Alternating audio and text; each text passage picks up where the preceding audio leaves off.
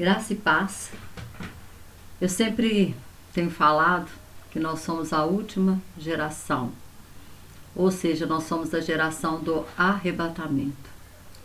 Por quê? Porque nós temos vistos, Jesus não falou, né? Ele falou que ninguém sabe o dia ou a hora, ninguém pode marcar a data que Jesus vai voltar, mas ele falou dos sinais, e ele falou para nós estarmos atentos aos sinais.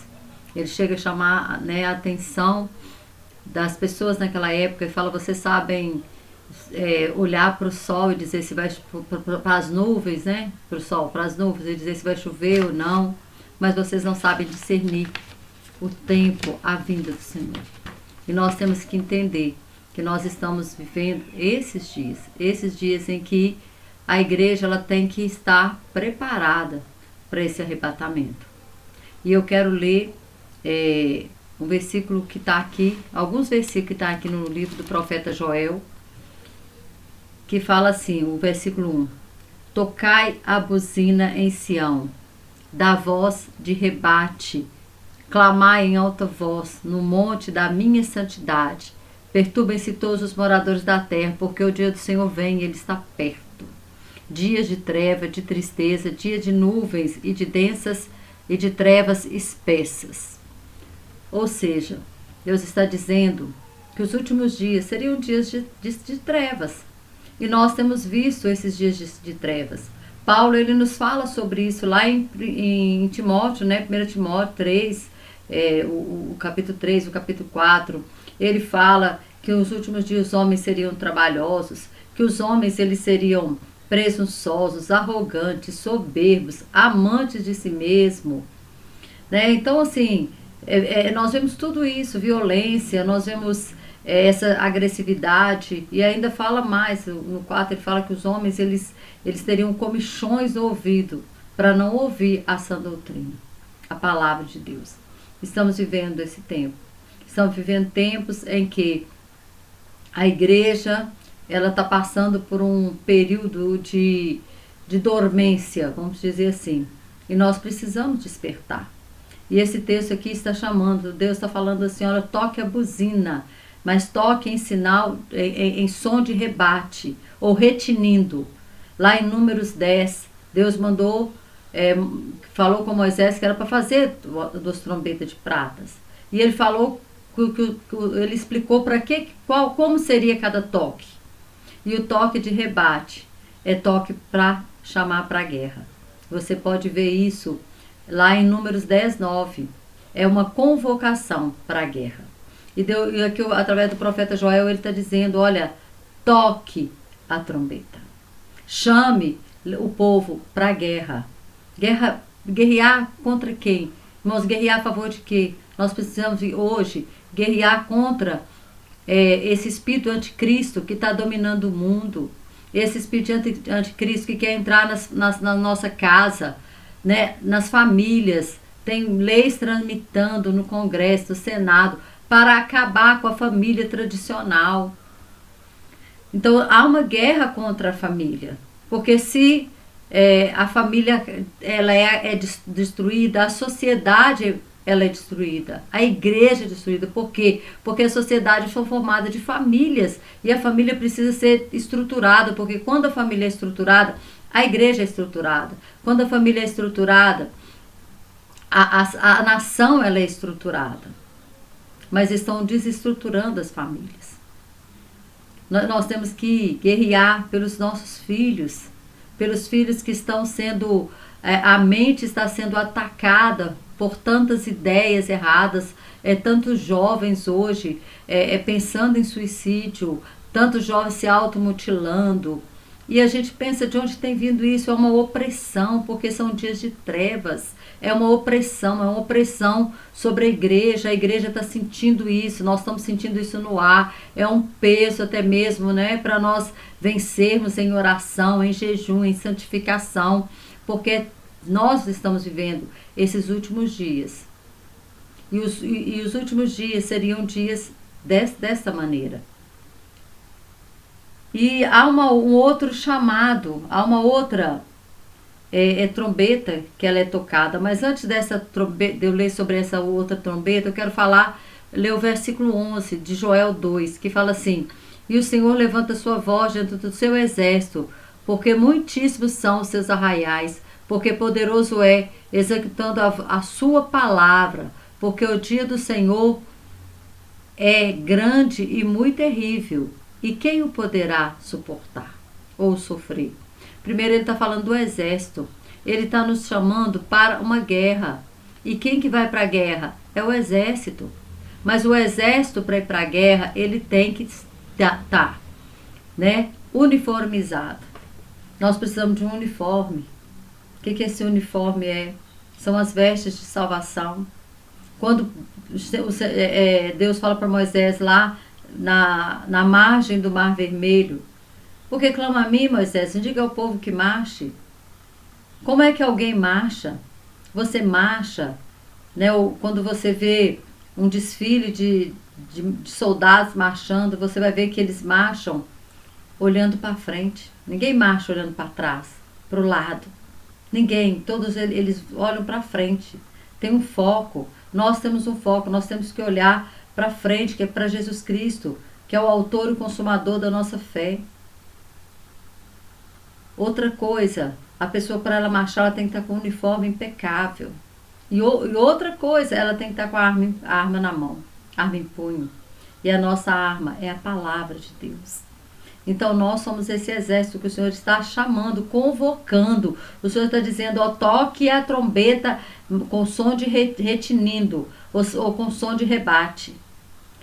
Convoque o povo, convoque o exército para a guerra, porque é tempo de guerra. Não é tempo de nós ficarmos mais dormindo, brincando de crente. É tempo de tomarmos decisão e postura. Postura. E aí a segunda trombeta que Joel fala, está aqui no verso 15, fala: olha, tocai a trombeta em Sião, santificai um jejum, proclamai um dia de proibição, congregai o povo, santificai a congregação, ajuntai os anciãos, congregai os filhinhos e os que mamam. Saiam o noivo da sua recâmara e a noiva do seu tálamo. Chorem o sacerdote, ministro do Senhor, entre o alpendre e o altar, e digam: poupa o teu povo, ó Senhor, e não entregues a tua herança ao opróbrio, para que as nações façam escárnio dele. Ou seja, Deus está dizendo a segunda trombeta, ele está falando de atitude. A primeira trombeta é para que você esteja alinhado. Ele está te chamando para o exército. Ele está dizendo: coloque a farda, pegue armas, olhe para frente. Né? Nenhum exército guerreia deitado. Se levante, se levante. A segunda é atitude. Qual que é a primeira atitude aqui? Congregai o povo, ajuntai os anciões, ou seja, unidade. Não é tempo mais, né, de ficar isolado, é tempo de nos unir. É tempo de unidade. E se tem uma coisa que destrói, eu vejo uma destruição dentro da igreja de Deus, é a divisão. É a divisão. É uma divisão denominacional. É as igrejas brigando. Não é a minha que salva, a minha que é certa. Gente, Deus é um Deus só. E aí começa essa divisão. Essa divisão no meio do povo de Deus. Enquanto isso, o inimigo está levando vantagem. Enquanto não há unidade, Deus está dizendo: ó, convoque o povo para se unir, convoque a unidade, convoque, ajunte todos os filhinhos, até os que mamam. Que haja unidade para quê? Para orar e se santificar. Ele está dizendo aqui: olha, santificar e proclamar um jejum. Santificação. Ele está dizendo que agora é hora de oração, é hora de santificação. A segunda trombeta é a trombeta para isso, para haver o que? Santificação. E aí o próprio Deus ensina como orar. E ele fala no versículo 17, e o Senhor falando, né, através do profeta Joel. E aí no 17, ele fala: poupa, ele fala a oração: e digam: poupa o teu povo, ó Senhor, e não entregue a tua herança à vergonha.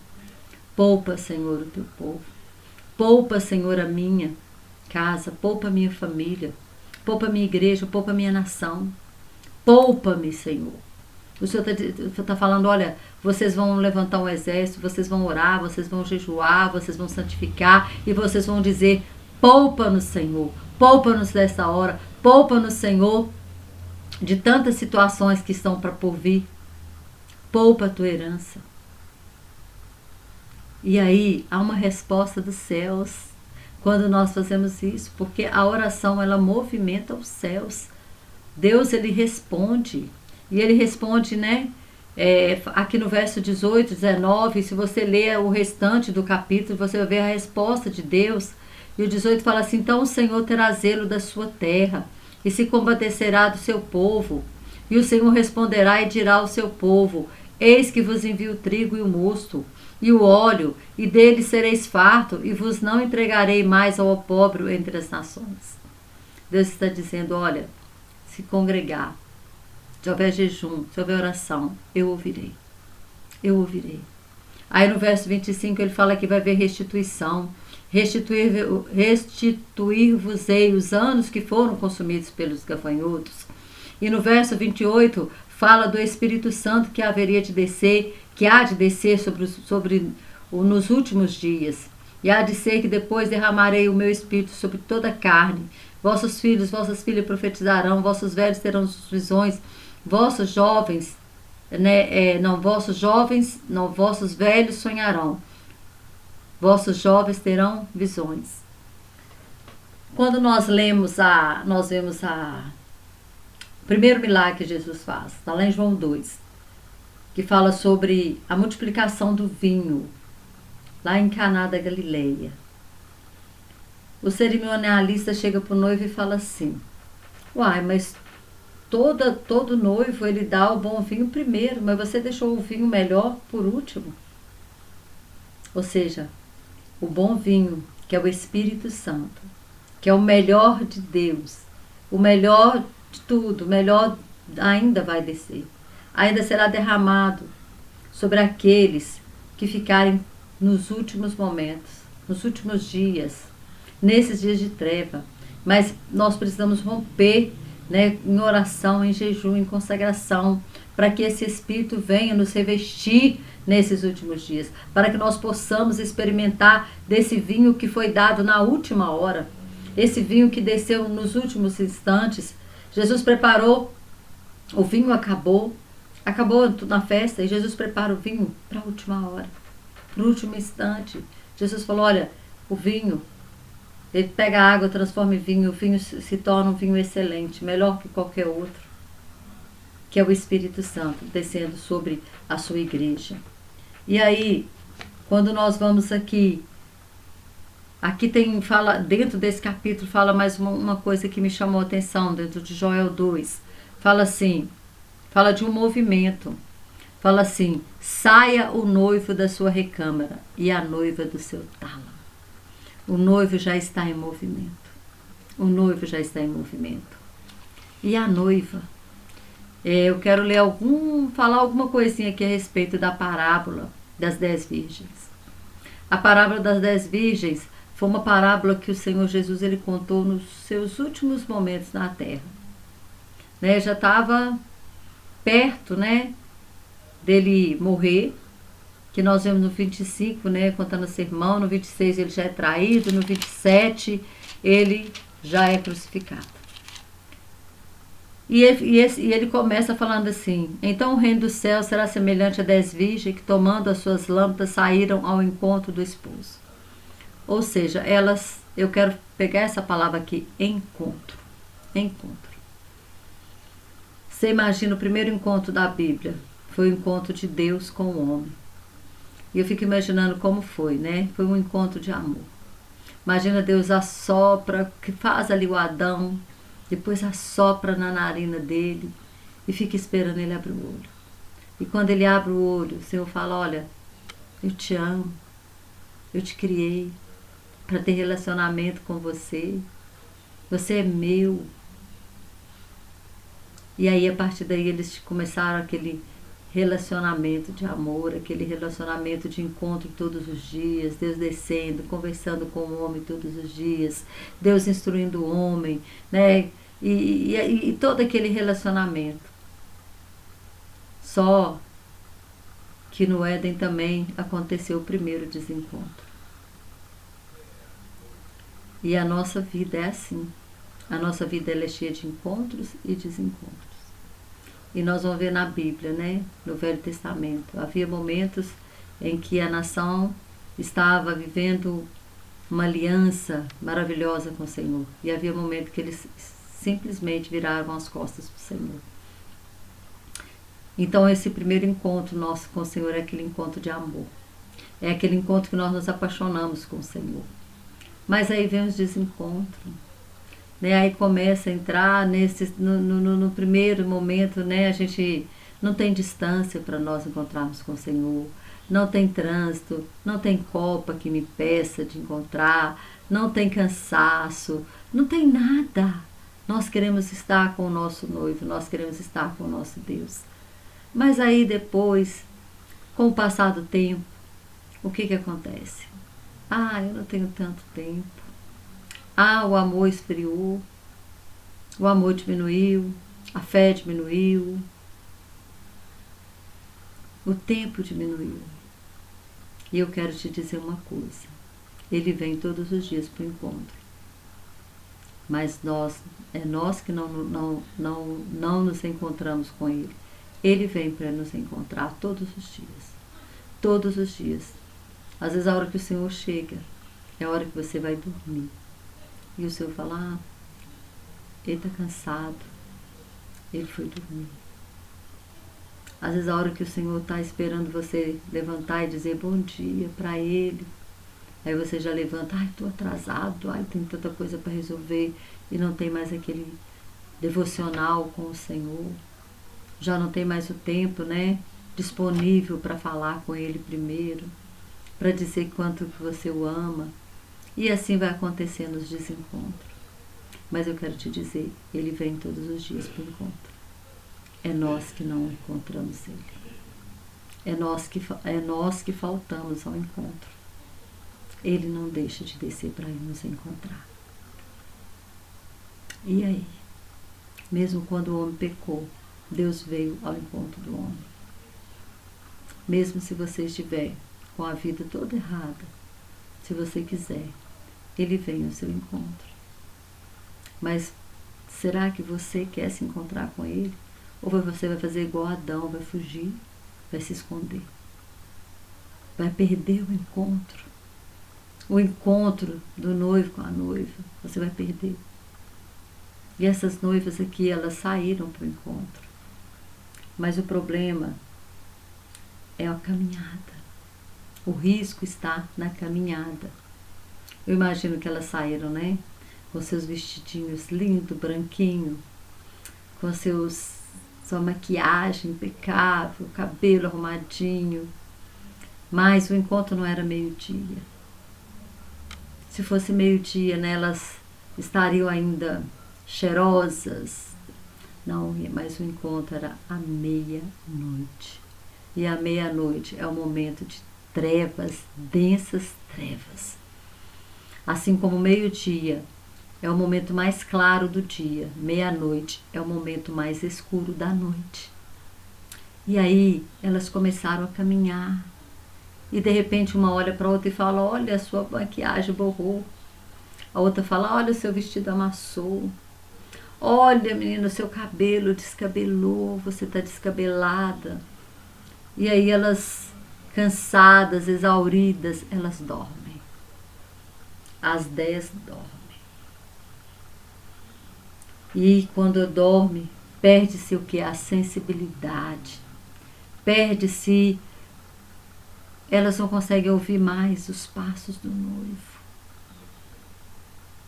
E aí, o que acontece? Naquele momento em que o noivo, ele está vindo, 10 delas, as 10 dormiram, mas 5 saíram para comprar o azeite, porque falou, olha, o nosso azeite está acabando. E elas ouviram, elas acordaram apavoradas, ouvindo o amigo do noivo Desculpa, é o amigo do noivo que anuncia a vinda do noivo. E ele gritando, eis o noivo, anunciando que o noivo estava chegando. Quando elas ouvem esse clamor. É engraçado que no verso 5 fala assim, tá dando o esposo, tosquenejaram todas e adormeceram. Mas à meia-noite ouviu-se um clamor. Aí vem o noivo, saí-lhes ao encontro. Ou seja, elas não saíram ao encontro no versículo 1? Por que aqui no verso 6 está falando para sair ao encontro de novo? Porque elas haviam se perdido. Elas haviam se perdido no caminho. Irmãos, nós temos um caminho a trilhar e nós não podemos nos perder nesse caminho. Nós não podemos deixar as nossas vestes elas ficarem sujas. A palavra de Deus fala lá em Eclesiastes que todo tempo sejam alvas tuas vestes, que não falte o óleo sobre a sua cabeça. Como estão as nossas vestes? E aí quando essas aqui ouve, né, que o noivo está vindo, elas acordam lá e começam a se preparar. Fala assim, então 7, então todas aquelas virgens se levantaram e prepararam suas lâmpadas, ou seja, elas começaram, elas foram ali, né, acordadas, adormecidas, meio sonolentas, mas elas levantaram. E aí algumas disseram, olha, dai-nos o teu azeite, porque as nossas lâmpadas se apagam. Mas aí no verso 10 fala assim, aí elas foram comprar, as loucas, né, e tendo elas ido comprá-lo, chegou o esposo. E é que estavam apercebidas. Entraram com ele para a boda e fechou-se a porta. Apercebidas. Meu querido, você está apercebido? Você está vendo que nós estamos vivendo os últimos momentos nessa terra? Quando chega esse tempo de cumprimento de profecias, é um tempo diferente. Quando a nação de Israel estava no Egito, eles ficaram 400 anos, nada aconteceu. E sendo escravizados lá, eles foram, né, lá no Egito, não foram escravizados, claro, 400 anos, mas eles moraram lá 430 anos. E chegou um momento em que o faraó não sabia que era José, ou não quis saber, e começou a escravizar o povo. E nada aconteceu.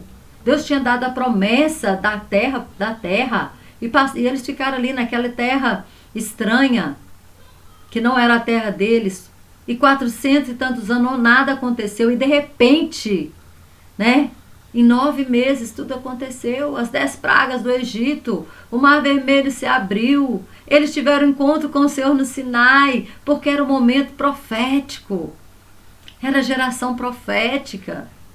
Nós vemos a mesma coisa, Jesus, ele é anunciado por milênios vão se anunciando Jesus, mas quando chega o tempo do cumprimento da profecia, em 33 anos tudo acontece. Jesus nasce, Jesus tem o seu ministério, Jesus morre, Jesus ressuscita e Jesus envia o Espírito Santo. Em 33 anos. Passaram-se milênios sem nada acontecer. E a mesma coisa agora.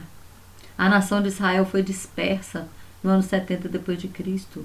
Ficou dispersa, foi quase totalmente, foi perseguida todos esses anos, sofreu lá com o Holocausto, 6 milhões de judeus mortos, mas eles não perderam a sua identidade, eles não perderam a sua língua, eles não perderam a sua cultura.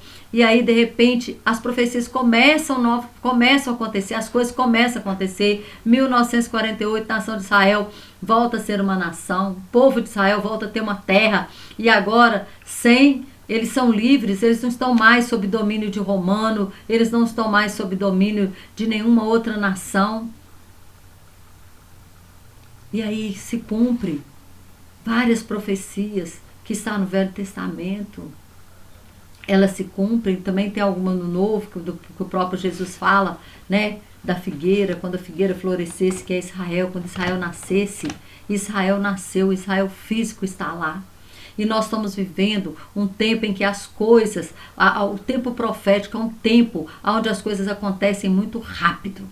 As coisas acontecem ao mesmo tempo, muita coisa vai acontecendo ao mesmo tempo. E nós vemos o que? Em pouco tempo, nós vemos um mundo globalizado. Eu estava conversando com uma amiga minha que trabalha no Detran, E olha para você ver, eu também já trabalhei lá, em 89 nós usávamos telégrafo.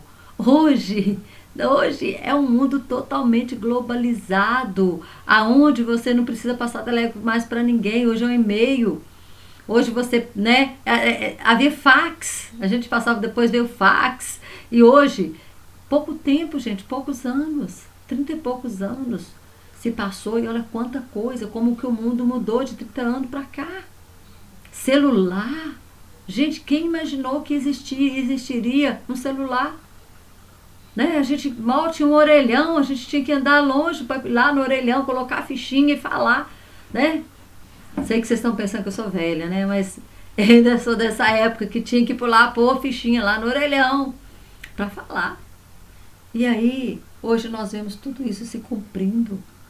E a multiplicação da ciência. Dizem que lá em Israel tem uma pílulazinha que substitui a endoscopia. Imagina esses anos tão enjoado, tão desagradável. Você engole aquela pílulazinha e ela filma todo o seu estômago, todo o aparelho digestivo, ela filma. Eles jogam ela lá dentro, não sei como, eles veem do lado de fora. Pois é a tecnologia. Hoje existe chip neural. O Elon Musk, né? Não estava aí testando, chamando pessoas para testar um chip para pôr no cérebro? Nanochips. E sem falar da inteligência artificial que está aí, ó. Que está aí a pleno vapor. E cada dia tem uma novidade. Então nós estamos vendo nos nossos dias cumprimento de profecias e mais profecias ao mesmo tempo. E a natureza também. As coisas da natureza acontecendo assim. Terremotos, cada vez mais e mais terremotos, cada vez mais maremotos, cada vez mais queimadas, cada vez mais toda a natureza reagindo. E tudo isso é o quê? Cumprimento de profecia, porque somos a geração da última hora. Mas nós temos que estar percebido a isso, porque nós somos aqueles que aguardam o arrebatamento. E o arrebatamento vai ser num abrir e fechar de olhos. Não vai dar tempo, como não deu tempo para essas 5 virgens aqui comprar azeite, não. Nós temos que estar pronto para encontrar com o Senhor a qualquer momento, em qualquer hora. E como que está a nossa vida? Como nós estamos? O Senhor te chama hoje para fazer um concerto hoje. Nós não sabemos, às vezes nós falamos tanto, né, do arrebatamento, que pode ser, segundo, né, a gente vê as profecias, está aí. A qualquer momento pode acontecer o arrebatamento da igreja. 100% das profecias com relação à igreja, elas já se cumpriram. Relação ao mundo, 99%. A Israel, 99%, porque muita coisa ainda vai acontecer durante o domínio do anticristo. Ainda há profecias para acontecer. E aí? Como está a sua vida? Como está a minha vida? Nós estamos preparados para este momento? E não só se o arrebatamento vai acontecer daqui a um mês, daqui a um ano, daqui a 2 anos, daqui a 5 anos, mas e eu? E você? Nós podemos deitar hoje e não amanhecer amanhã. Então vamos fazer isso. Vamos ter esse compromisso de estar diante do Senhor com as nossas vestes limpas. Apercebidos, como essas 5 virgens. Elas estavam apercebidas. E aquelas que estavam apercebidas entraram com o noivo para bodas. Então, o que eu quero, o que eu desejo do fundo do coração é que nós possamos estar preparados. Que essa igreja da última hora, ela acorde e ela possa ser usada pelo Senhor de maneira sobrenatural. E só para finalizar, Eu quero ler Mateus 26, 46. Rapidinho, nós já estamos em Mateus aqui. O 46 fala assim, Jesus falando com os discípulos, né, ali no Getsemane. Levantai-vos e vamos. Eis que o traidor é chegado, o que me trai. Levantai e vamos. Os discípulos, o Senhor falou com eles, né, que não era para dormir, mas eles dormiram. Né, e nós também dormimos, né? Mas é hora de despertar. E o Senhor fala com eles, ó, levantai-vos e vamos. Vamos, Pedro, porque o seu ministério não acabou. Vamos, né, Maria, Antônio, João, vamos, o seu ministério não acabou. Pedro, a sua sombra vai curar. João, milagres vão acontecer, você vai ser usado, né, de maneira sobrenatural. Mateus, e aí, vamos. E eu quero dizer para você, Jesus te chama, levanta. Vamos, o seu ministério não acabou. Levanta. O seu ministério não acabou. O Espírito Santo, Deus conta com você nessa última hora. Deus conta com você nestes últimos momentos da igreja nesta terra. Então que você possa levantar. Levantar, porque o seu ministério não acabou. O meu ministério não acabou. Enquanto nós não fecharmos os olhos aqui nesta terra para abrir na eternidade, o nosso ministério não acabou. E nós temos que nos levantar. Buscar forças no Senhor. E nos levantar para cumprir, né, o ID do Senhor, cumprir aquilo que o Senhor determinou para cada um de nós. Amém? Que o Senhor continue te abençoando poderosamente e até o próximo vídeo, em nome de Jesus.